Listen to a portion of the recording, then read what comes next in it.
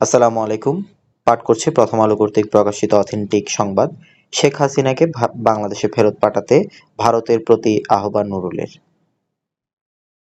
সাবেক প্রধানমন্ত্রী শেখ হাসিনাকে বন্দি বিনিময় চুক্তির আওতায় বাংলাদেশে ফেরত পাঠাতে ভারতের প্রতি আহ্বান জানিয়েছেন গণ অধিকার পরিষদের সভাপতি নুরুল হক। তিনি বলেন, ভারত এটা না করলে ভারতীয় হাই কমিশন ঘেরাও করবেন তারা।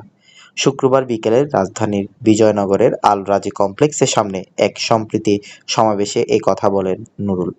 দেশের স্বাধীনতা, সার্বভৌমত্ব রক্ষা ও গণতন্ত্র প্রতিষ্ঠায় জীবন উৎসর্গ করা সব বীর শহীদের প্রতি শ্রদ্ধা, ছাত্র জনতার গণ অভ্যুত্থান পরবর্তী শান্তি শৃঙ্খলা ও সংহতি প্রতিষ্ঠায় এই সমাবেশ করে গণ অধিকার পরিষদ। সমাবেশ শেষে মিছিল নিয়ে গুলিস্তান, ফুলবাড়িয়া ঘুরে পল্টন মোড়, দৈনিক বাংলা, ফকিরাপুল, বিএনপির দলীয় কার্যালয়, নাইটেঙ্গেল মোড় ঘুরে বিজয়নগর পানির ট্যাঙ্ক মোড়ে এসে